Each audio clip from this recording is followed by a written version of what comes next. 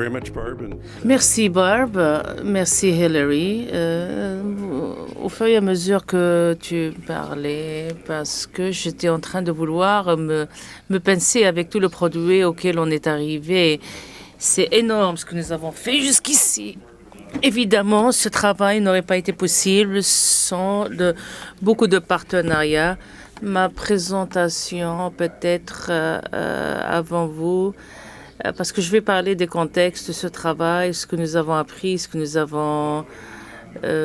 nous connaissons maintenant, bien sûr, le travail avec le Congrès canadien du travail et Barb McCreary. Et s'il y a un prix Nobel pour le travail sur le harcèlement et la violence conjugale dans le lieu du travail, on serait allé à Barb pour son travail des 30 dernières années. Et si j'avais eu le prix, elle l'aurait laissé tomber parce qu'elle aurait 500 chiffres avec et vous n'aurez pas un centre pour assembler tout ce moment de collaborateurs avec des partenaires à travers le Canada et certainement à travers le monde. Elle est dans notre bureau. Nous savons qu'elle travaille sans répit parce que toutes les conversations, si vous parlez des températures, elle va vous dire, as-tu entendu parler de la législation qui va venir? Elle va parler sans arrêt pour tous les gens qui veulent entendre et même les gens qui n'écoutent pas. C'est franchement remarquable. J'aimerais réfléchir à ce que retourner en arrière. Après la présentation de Hillary, je suis un aîné dans la salle. Je suis un aîné dans la salle. Et il y a 46 ans, j'étais un jeune psychologue qui travaillait avec la police de London. On avait une crise, on avait... Le chef de la police a embauché des psychologues parce que c'était la demande la plus fréquente avec des voitures de police non marquées, sans matricule, pour aller arrêter les agresseurs. À ce moment-là, il n'y avait pas d'abri, il n'y avait pas... peu d'agresseurs qui ont été chargés, condamnés. Il n'y avait pas de programme pour les agresseurs, pour les enfants, qui grandissent avec la violence. Et je vois cette photo et je me dis, mais qu'est-ce que je connaissais à cette époque-là? Mais ce que nous connaissons aujourd'hui, le travail était en or. Nous avons appris que c'était un problème important et qui affecte toute la communauté, pas seulement canadienne, mais le monde aussi. Nous savons aussi que les solutions ne sont pas des résolutions rapides. Et ça prend beaucoup de temps, ça prend beaucoup de responsabilisation, beaucoup de guérison pour les enfants qui vivent avec la violence, pour les agresseurs et aussi pour les victimes. Et les victimes, c'est très complexe, c'est un peu des percées.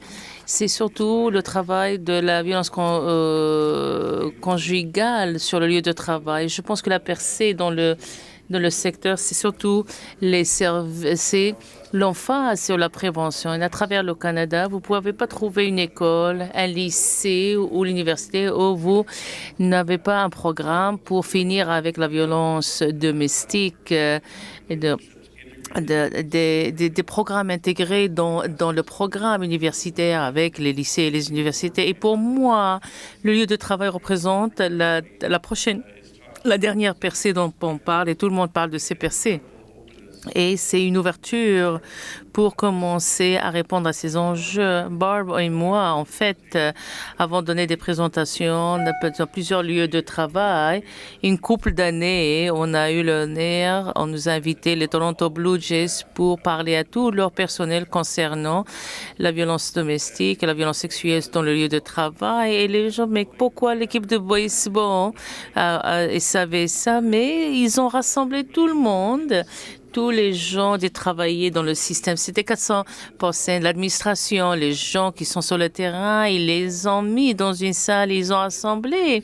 Et qu'est-ce que ça prend d'un groupe? D'un groupe, c'était une réponse incroyable. Je savais que les employeurs étaient un peu nerveux parce que vous commencez ces discussions, où est-ce qu'ils vont aller, combien de divulgations vous allez avoir, quelles sont les implications.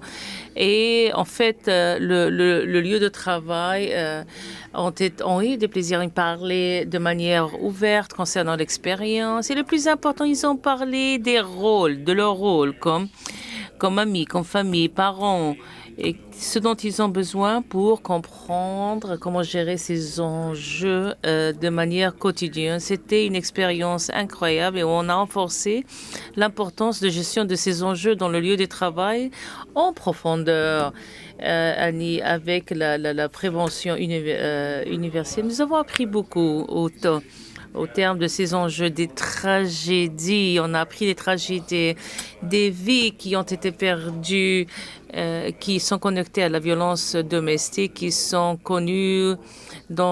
été connues dans le lieu de travail. Et je fais l'analogie toujours, quand je parle de ceci des fois, j'ai 4 garçons et des fois je retourne de mon travail et je un cas d'homicide domestique. Un de mes garçons me dit: comment est-ce que tu peux faire ce travail? Pourquoi tu ne changes pas de travail? C'est très déprimant. Quelque chose qui va travaille dans un petit restaurant, fais quelque chose de différent. Pourquoi tu fais ce travail? Pour moi, l'analogie que j'ai pour le comprendre, c'est que on cherchait la boîte noire après une tragédie d'avion.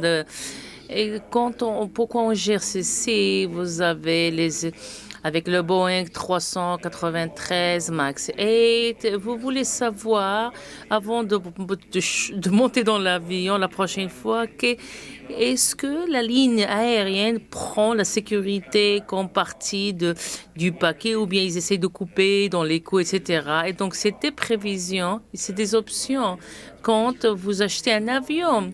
Ce sont des questions très importantes.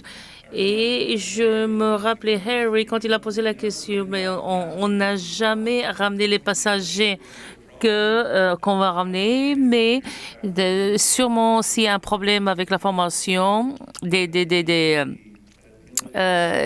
commandants de bord, ils auraient les outils pour gérer la situation. Et l'analogie, pour moi, ça fait beaucoup de sens. Parce que qu'il y a un homicide domestique, vous avez la page dans les journaux, la première page, les nouvelles nationales, et vous lisez concernant l'homicide, et vous voyez un policier de la police qui dit il y avait un meurtre-suicide, on va partager des noms, on va pas partager de l'information, on ne cherche personne. Il n'y a rien pour vous inquiéter. Mais désolé, je suis toujours préoccupée comme personne, comme défenseur pour les vecteurs de la communauté des victimes potentielles. Je veux savoir qui savait qui, quoi, quand et comment est-ce qu'on peut prévenir la tragédie dans des circonstances similaires. Et ce sont des questions qu'il faut se poser et auxquelles il faut répondre. C'est pas un exercice de blâmer les gens. C'est pas de regarder, de pointer des doigts, mais surtout, qu'est-ce qu'il faut faire en temps de formation, collaboration, partage de l'information, faire une meilleure évaluation des risques.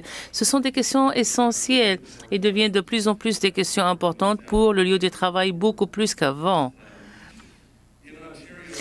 En Ontario, nous avons un comité de révision des décès de violences familiales dans l'Ontario depuis 2003. Aujourd'hui, au Canada, il y a 7 provinces qui ont ce comité.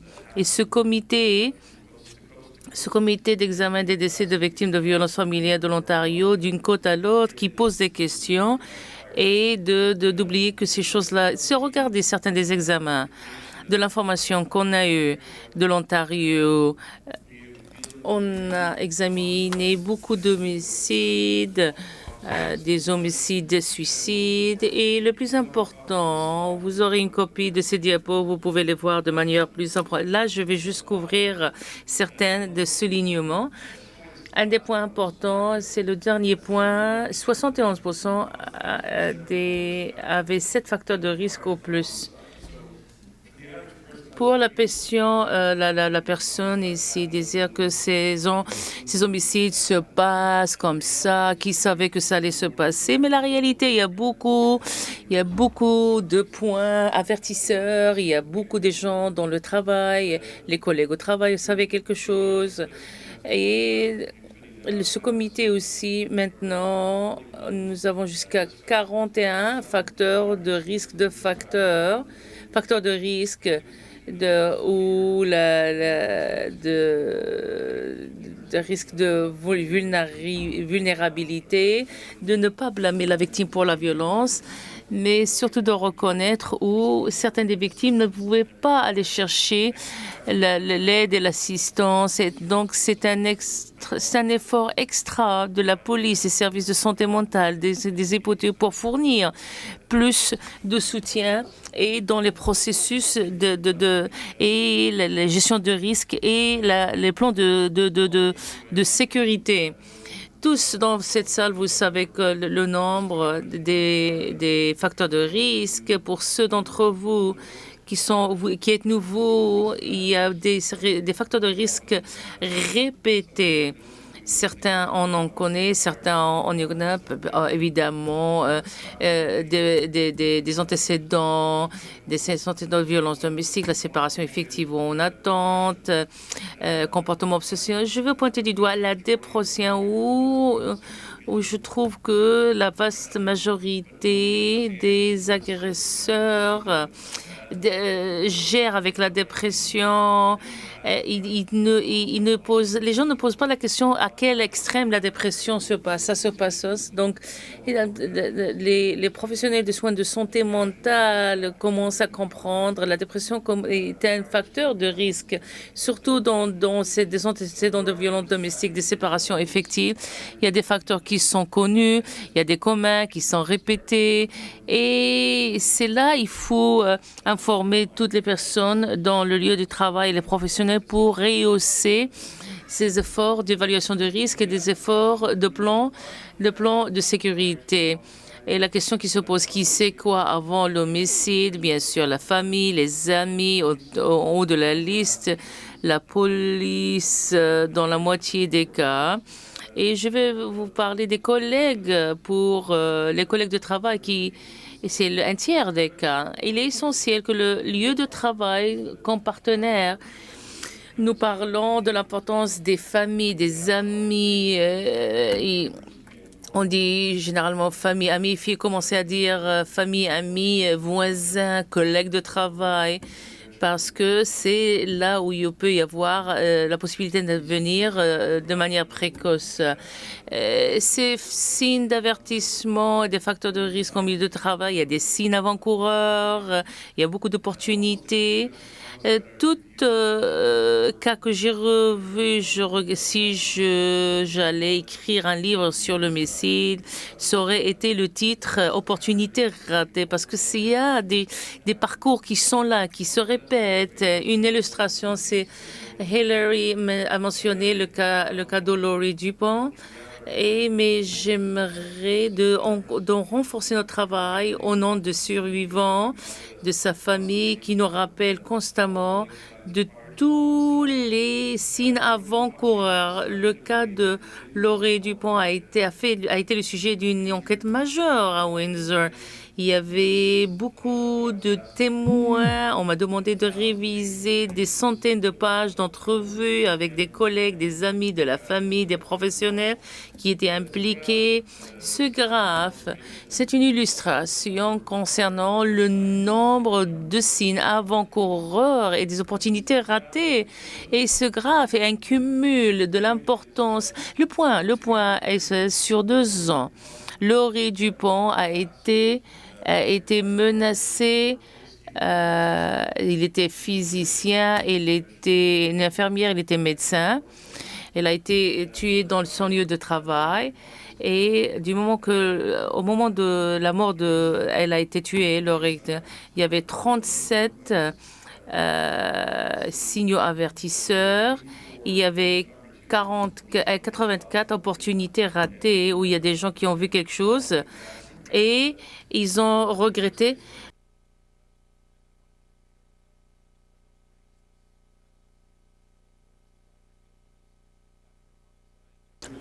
Après l'homicide, tout le monde, concernant les opportunités ratées, ça, c'est pas pour blâmer, mais surtout engendrer la colère et l'action. L'action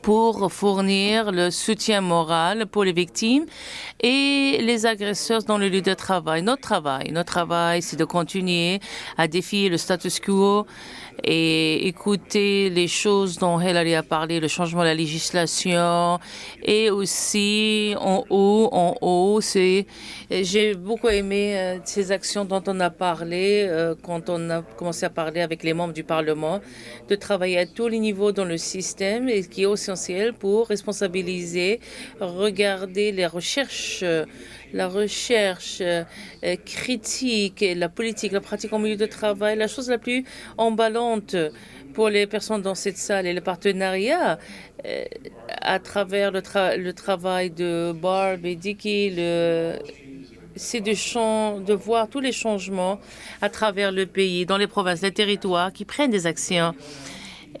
On ne va pas continuer à réinventer la roue. Il faut apprendre des expériences et d'adopter la législation des politiques. Nous savons, il y a beaucoup de statistiques. Je n'ai pas le temps pour couvrir tout ça en détail. Tout est disponible dans des rapports, dans le paquet de la conférence. Mais c'est juste un rappel que comment tout ceci affecte le lieu de travail concernant deux coûts. Il y a beaucoup de coûts, des études concernant le coût. Il y a du travail. Je sais que Barb est impliquée. J'ai regardé un papier hier des États-Unis qui indiquait que le coût pour les victimes et les agresseurs, le coût pour le lieu de travail est de 8 milliards de dollars. Au Canada, on a sous-estimé ce que les coûts étaient, mais ils sont énormes.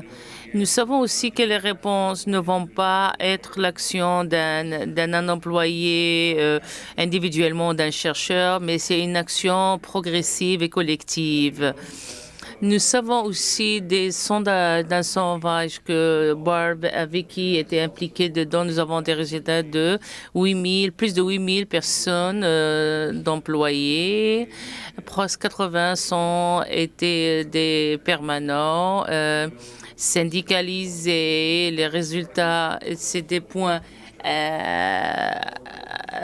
important, c'est un point de départ, mais c'est important pour comprendre les chiffres des personnes vulnérables qui perdent leur emploi à cause de la violence conjugale.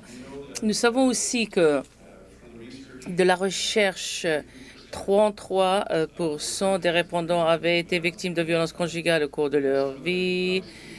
Nous avons ici des différences significatives entre les hommes et les femmes, avec de hauts niveaux dans l'année ou l'année courante. Les transgenres ont le plus haut risque de ces figures-là. 1 sur 3 travailleurs a une histoire, une expérience de la violence conjugale et 1 sur 15 a fait l'expérience de la violence conjugale dans l'année dernière. Donc, ce sont des enjeux pertinents et courants.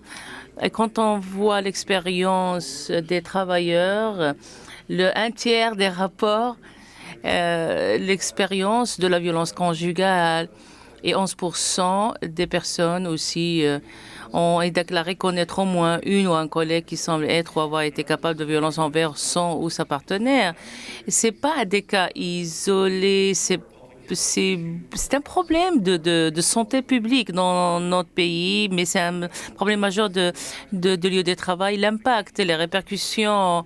Hillary a souligné certains de ce travail, Vicky et Barb, dans leurs études, qui ont indiqué combien de personnes ont été affectées quotidiennement de problèmes d'harcèlement. 1 sur 12 ont perdu le travail parce que la violence conjugale, vous avez entendu, la législation, la protection dans le lieu de travail. C'est très encourageant tout ce travail qui est en train d'être fait. Les répercussions va avec sans dire que là où on veut aller, il y a des signes encourageants parce qu'il y a des personnes qui parlent dans le lieu de travail, qui ont déclaré avoir parlé avec quelqu'un au travail. Et ils ont parlé de la grande majorité de l'employeur qui a été, qui a fourni du soutien, l'importance du syndicat dans le lieu de travail et l'importance du soutien qu'ils ont reçu.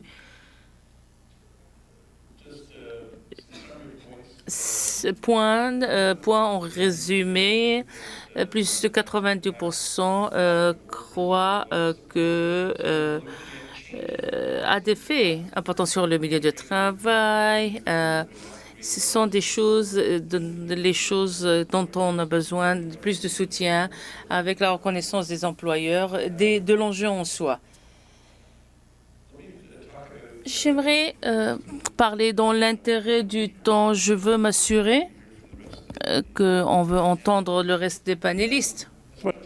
Je veux parler un peu des choses émergentes desquelles on n'a pas encore parlé. Il faut mieux faire du travail de parler là-dessus. Aider les abuseurs. Dans le forfait, il y a une très bonne étude que l'Université de Toronto a gérée. C'est une étude très convaincante.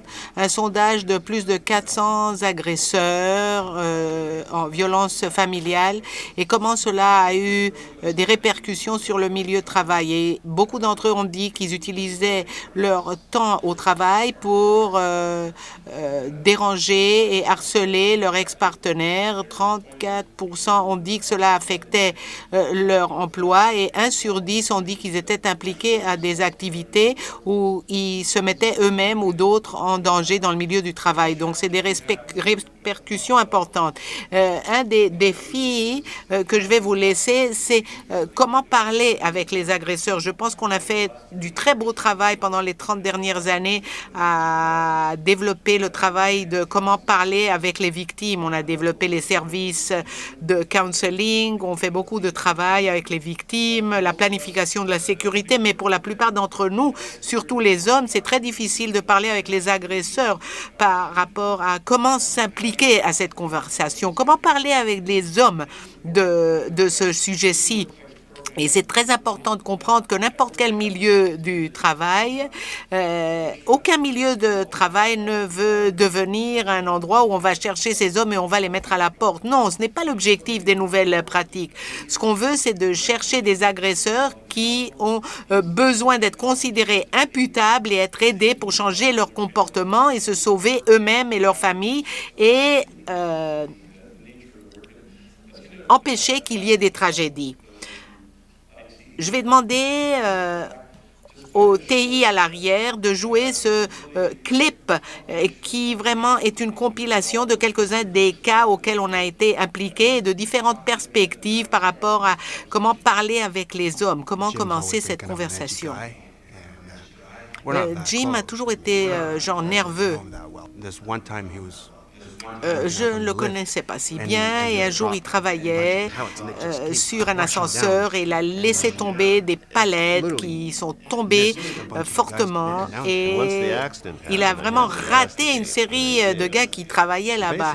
Et une fois que l'accident a eu lieu et on a fait l'enquête, en fait, il était au téléphone avec sa femme constamment. Il appelait de la salle du lunch, il lui envoyait des textos.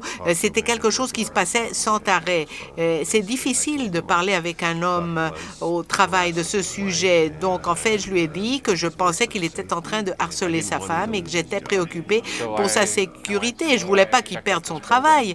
Alors, je suis partie, j'ai vérifié ce programme et cela a fait toute une différence à la maison et au travail. C'est un nouveau monde que je suis en train d'essayer de créer pour moi-même et pour ma famille et pour mon milieu de travail. Mais j'y travaille, quoi. J'y travaille.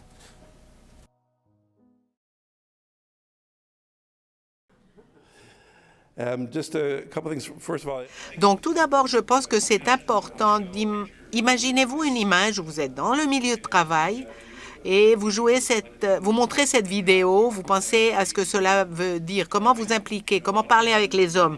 D'un côté, je pense que nous voulons toujours être éclairés et nous rappeler de Laurie DuPont et de beaucoup de sœurs qui ont perdu leur vie, mais nous voulons aussi nous rappeler d'autres résultats possibles. Et c'est important de parler de comment commencer cette conversation avec les hommes et ces conversations qui puissent mener à des résultats différents. Donc, en résumé, ce matin, j'ai utilisé GPS et j'ai écrit dessus théorie et pratique. C'est la carte que j'ai trouvée.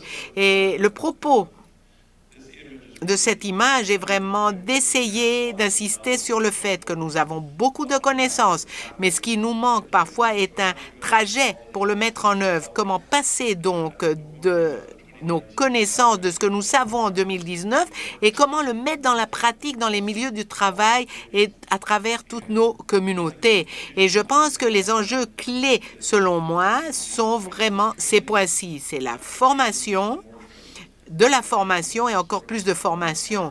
Ceci doit être une partie normale des milieux de travail. Ils doivent le considérer, ils doivent en parler. Il faut avoir accès à des ressources de façon opportune. Il faut que les milieux de travail aient des partenariats avec des agences de la collectivité.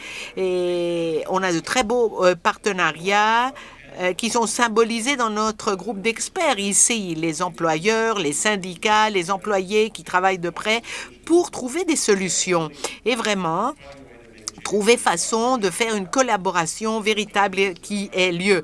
Donc, je pense que le temps est arrivé pour l'innovation, pour le changement. Nous avons, je pense, l'information dont nous avons besoin. Nous devons essayer de la mettre en œuvre. Et nous en sommes tous une partie aujourd'hui et je sens un grand privilège d'être une partie de cela. Merci. Ils disent que avoir peur de parler face au public est proche à la peur, à la mort. Il y a 10 minutes, ce iPad sur lequel mes notes sont écrites est devenu tout noir, tandis que Peter parlait. Et là, j'avais le logo de Apple qui est arrivé et vous ne le saviez pas. Mais j'étais en train de subir une attaque de panique pendant 3 minutes. Vous ne le saviez pas jusqu'à ce que cela est revenu. En tout cas, on s'est disputé, moi et Hassan, sur qui allait parler le dernier. Parce que le dernier peut corriger ce que l'autre a dit qui n'était pas correct. Il a gagné parce qu'il était né et donc je dois le respecter quand même. Je vais être bref. Je veux seulement prendre du temps pour vous accueillir tous et toutes ici aujourd'hui, étant un partenaire de cette initiative. Je suis très heureux d'être à cet événement et je suis face à vous avec beaucoup d'humilité. Il est clair qu'on a toute une salle pleine d'experts. Et je pense que nous aurons une très bonne journée à apprendre les uns des autres. Merci spécialement à Barb et à Vicky. Quand on a parlé de ce projet, il y a quelques mois seulement, vraiment, le progrès qui a déjà été fait par des gens qui travaillent là-dedans pendant une courte période de temps, c'est quelque chose de très épatant, vraiment. Et l'initiative est très impressionnante et c'est sans doute un bon indicateur des choses qui vont se passer. Je veux vous dire qui nous sommes. Comme Barb l'a indiqué, fait cause, qui est en français le ETCOF, Association des employeurs des transports et communications de régie fédérale. Nous existons, ça fait plus de 30 ans. Beaucoup de gens ne savent pas qui nous sommes, mais nous représentons les employeurs dans le secteur privé. Donc, ceux d'entre vous qui ne lisent pas la Constitution, la Constitution plutôt, il y a des responsabilités fédérales et les choses ont été divisées et 10% du travail est dans le secteur privé fédéral et le TCOF inclut un tiers. Quand vous incluez l'Association des banquiers du Canada, on a probablement 80 à 90% des travailleurs du secteur fédéral. Donc, nous sommes impliqués à beaucoup d'initiatives dans le milieu du travail. Donc, nous sommes une partie prenante clé à représenter la communauté d'employeurs. Vous pouvez voir qui est une partie de nous dans notre site web. Nous sommes une entité participatoire. Je suis le seul employé de l'ETCOF et le comité consultatif donc pour cette initiative a des membres d'organismes membres de WestJet, de Navigation Canada et des labos canadiens qui se sont impliqués à cette initiative aussi. Le côté tripartite du modèle. Hier soir, le Dr Gillinger a parlé de l'importance du dialogue social, du fait que toutes les parties doivent se regrouper pour représenter leurs intérêts du côté des parties prenantes. Et au Canada, surtout dans le secteur fédéral, nous avons de très, très bonnes expériences dans cet espace. Beaucoup d'initiatives dans lesquelles des représentants de la communauté d'employeurs de la communauté du monde du travail, du gouvernement se regroupent, font des consultations et arrivent à des recommandations. On est d'accord par rapport à peu près 90% des choses et après cela, dans 10% de choses, on se bat un tout petit peu. Il y a 2 mois, on s'est disputé par rapport à l'enjeu et on avait des perspectives opposées. On n'aurait pas pu être plus séparés, mais bien évidemment, on s'est respecté parce qu'on est des amis. Et le président du comité, qui était un député fédéral, était vraiment en désespoir. Et il s'est dit, si vous êtes des amis, comment ça se fait que vous ne pouvez pas trouver des solutions? Mais il faut comprendre que parfois, on ne trouve pas un accord en ce qui concerne ces enjeux, mais il faut travailler à la relation et cela se développe bien évidemment sur des relations. On est arrivé aujourd'hui à cause du projet de loi C-65. Je ne vais pas répéter la présentation de Hillary, mais on a été actif à consulter le gouvernement. Ce gouvernement-ci a été très actif du côté du milieu du travail et est considéré très progressiste dans cet espace. Et pour vous donner une idée des enjeux autour desquels on a travaillé avec le gouvernement pendant les 3 dernières années, avec nos collègues du milieu du travail, l'équité salariale, la transparence de la paix, la santé et sécurité au travail, toute une série de changements au Code du travail du Canada, ce qu'on appelle les normes, et cette composante maintenant, le harcèlement et la violence au milieu du travail. Alors, cette consultation informelle concernant le projet de loi a commencé en 2016 et je vais vous être honnête, quand on a initié les consultations, c'était vraiment évident qu'on était tous d'accord en salle, qu'il fallait améliorer les choses et qu'il fallait gérer les choses par rapport à la violence et le harcèlement au milieu de travail. Que faire avec les plaintes? Et je veux vous dire qu'il y a des employeurs qui sont fiers avec les processus qu'ils ont en place, mais que bien évidemment, il y a des choses qu'il faut améliorer.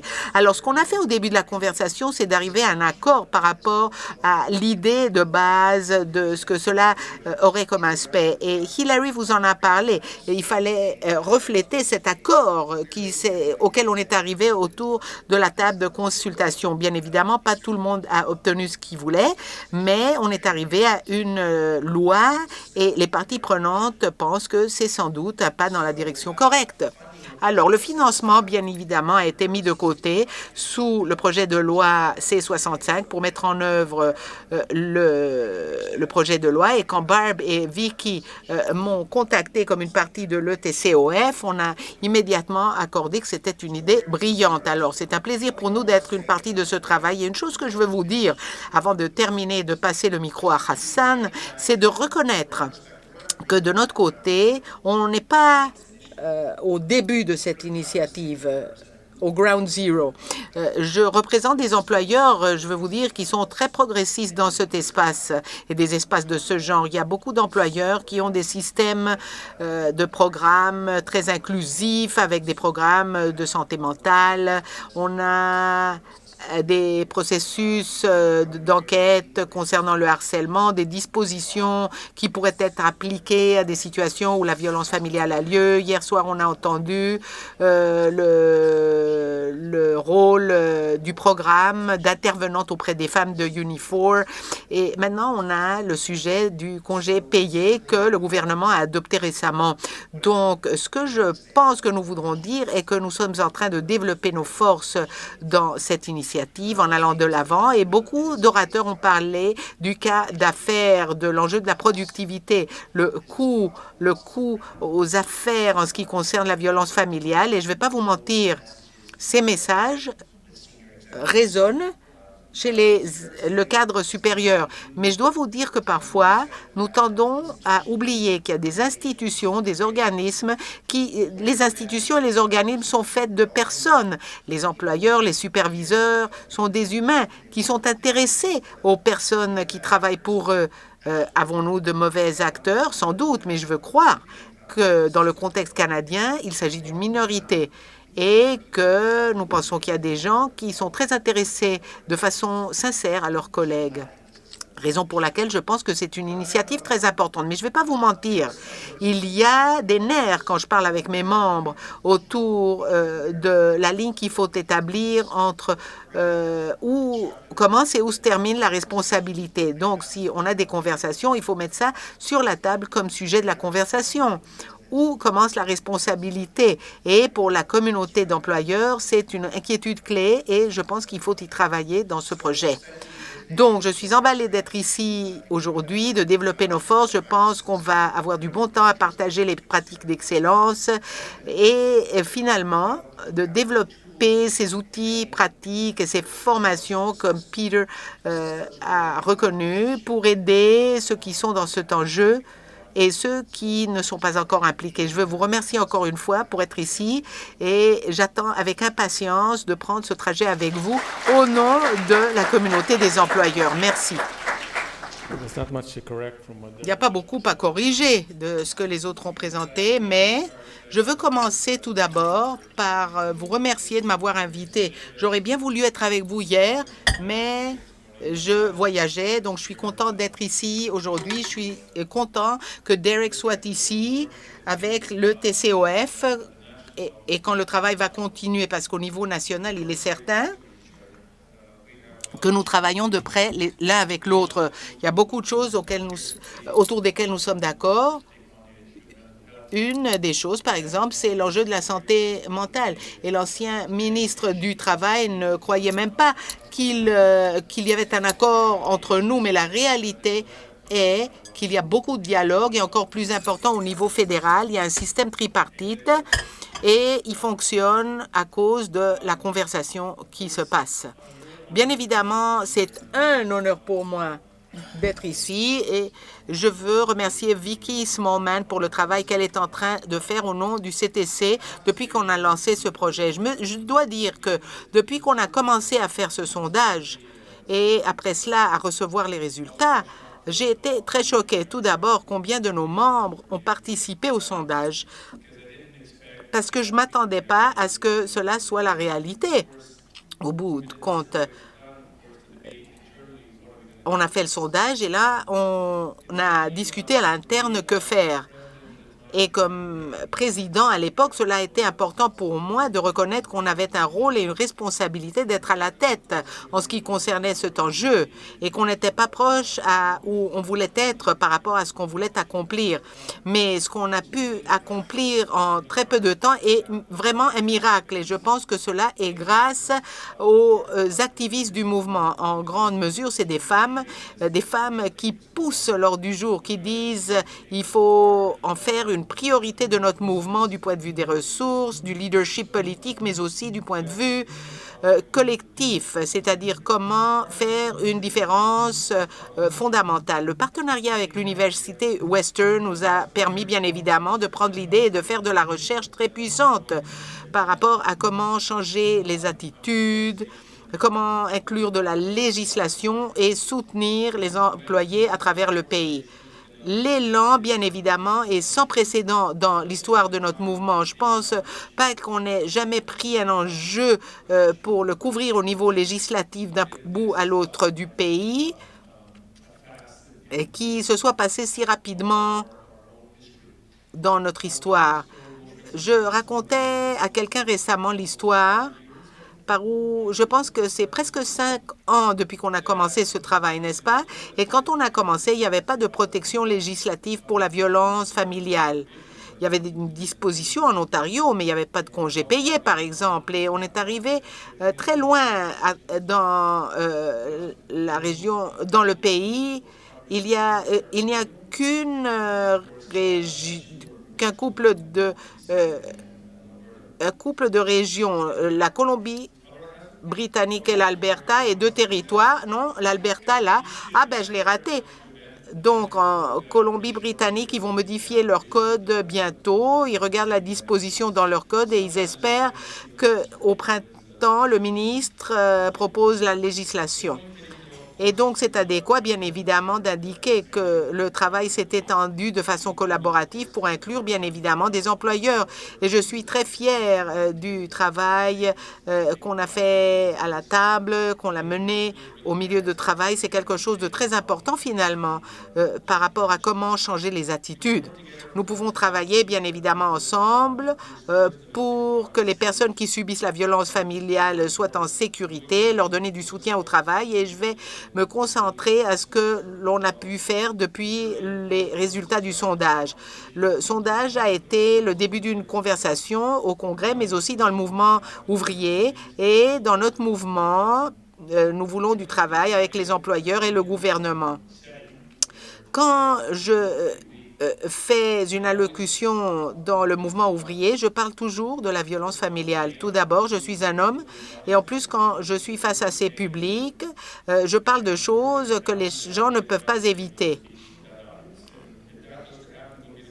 Et si on ne m'invite plus, ce n'est pas terrible, mais c'est important que de mettre les choses sur la table et de faire que les gens se sentent un peu pas confortable et de reconnaître la réalité de ce qui se passe dans notre pays, encore plus important, de l'illuminer pour que les gens aient une perspective. On a bien évidemment utilisé les résultats de 3 façons différentes. Je pense que vous le savez. Il faut faire des changements législatifs au niveau fédéral et provincial. Et quand on a commencé, ce n'était que l'Ontario qui reconnaissait les choses au niveau de la législation de santé et sécurité.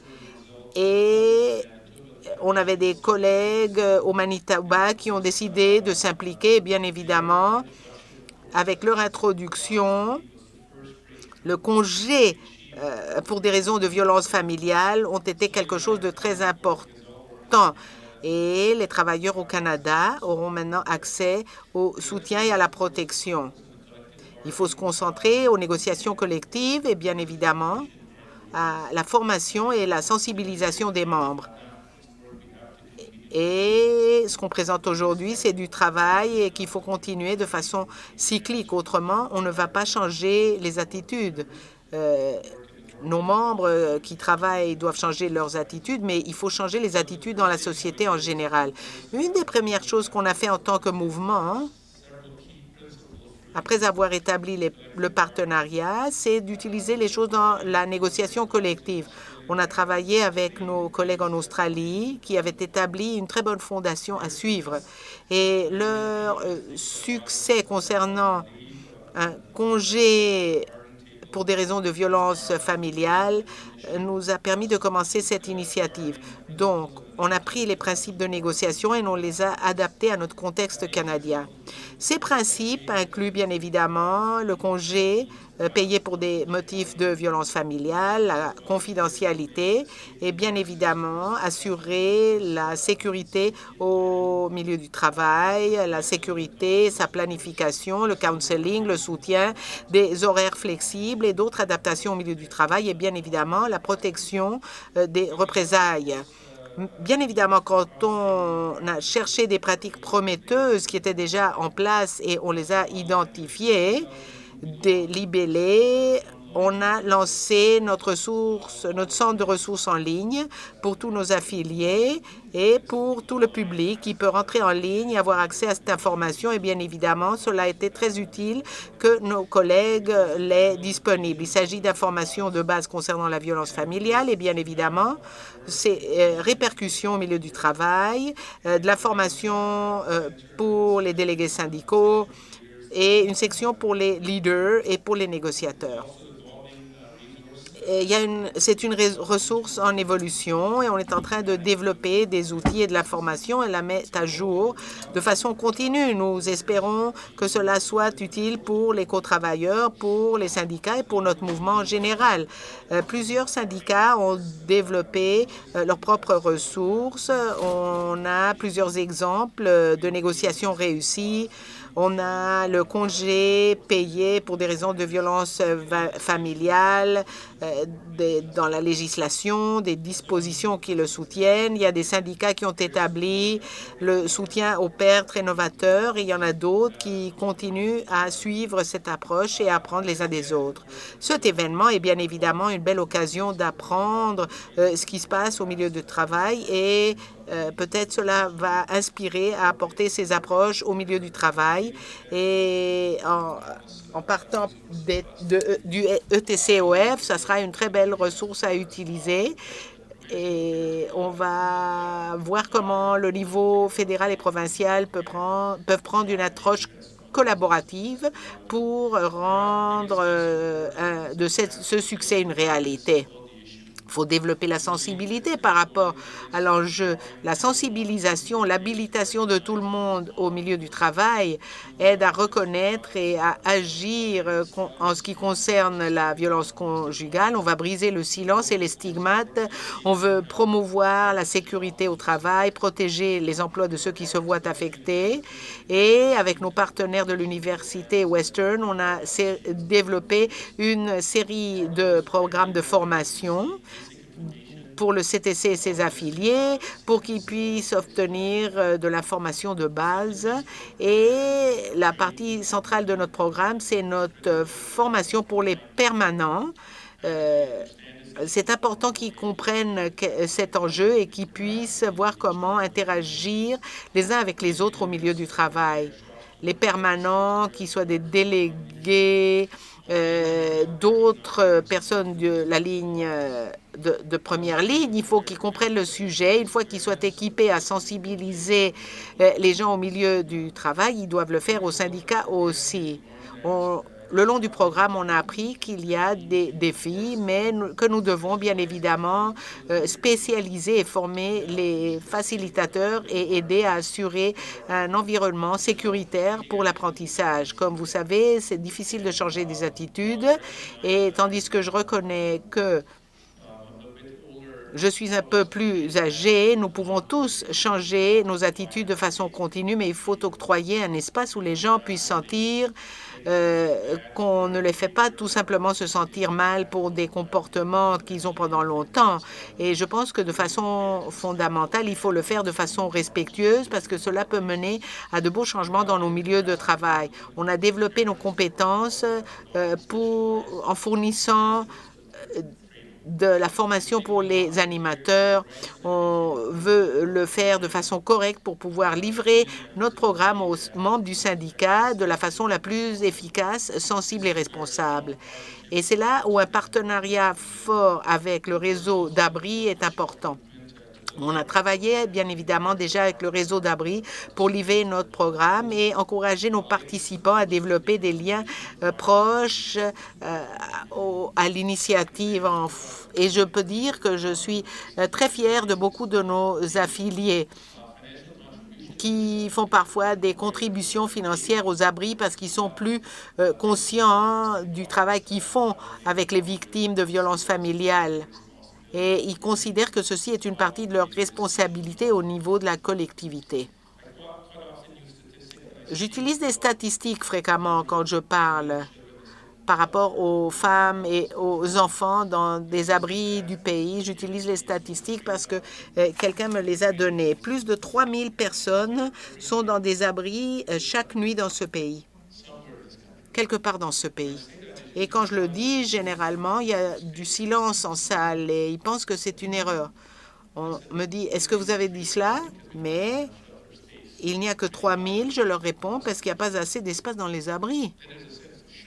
Après, les gens sont en choc. Le public dit, mon Dieu.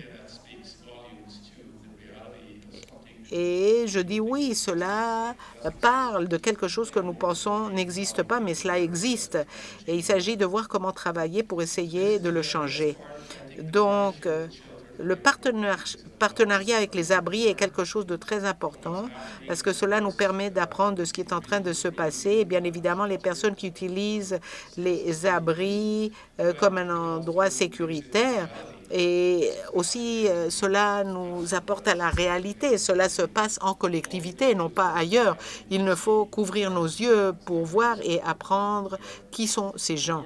Bien évidemment, nous sommes très emballés par le partenariat avec l'ETCOF et l'Université Western parce que la collaboration avec les employeurs est ce qui peut permettre que tout le monde comprenne au milieu du travail la dynamique de la violence familiale et son effet au travail. Nous voulons être préparés. Les gens doivent savoir que faire s'ils reconnaissent des signes d'avertissement ou des facteurs de risque. Où aller pour obtenir du soutien, des conseils, de l'aide. Nous voulons des travailleurs qui aient de l'expérience en violence familiale et qui puissent se sentir commodes à parler avec leur syndicat avant qu'une situation ne devienne trop dangereuse pour eux ou pour leurs collègues. Avant même que leur travail soit à risque, bien évidemment. Nous comprenons que la sécurité financière est essentielle pour les femmes qui veulent laisser une situation violente. Et je me concentre toujours ici à la raison pour laquelle on a besoin des congés payés en situation de violence familiale. Les femmes n'ont pas encore d'équité salariale par rapport aux hommes et le coût de ce problème de société ne doit plus être le fardeau pour les femmes. Et c'est ce qu'il faut comprendre. Si les femmes ont besoin de prendre un congé et de faire tout ce qu'elles doivent faire pour gérer l'enjeu de la situation de violence familiale, c'est une responsabilité de la société. Autrement, les femmes seront encore plus en désavantage si elles doivent prendre des congés pour aller chercher l'aide dont elles ont besoin. Et bien évidemment, la paix, je pense, est un prix très limité à payer. Les statistiques montrent que malgré le fait où on est très audacieux par rapport aux congés payés, très peu de personnes prennent ce congé. Ils ne prennent qu'une partie très limitée de ce congé, une demi-journée peut-être, pour aller gérer la situation. Donc, nous voulons bien évidemment que les milieux de travail reconnaissent les signes d'avertissement et c'est ce qui est important. Il faut comprendre bien évidemment que le congé payé est une forme importante de soutien, mais peut-être encore plus important, comprendre qu'on n'est pas seul quand on rencontre cette situation. Je veux terminer par dire quelle est la raison pour laquelle je pense que cet enjeu de violence familiale est important.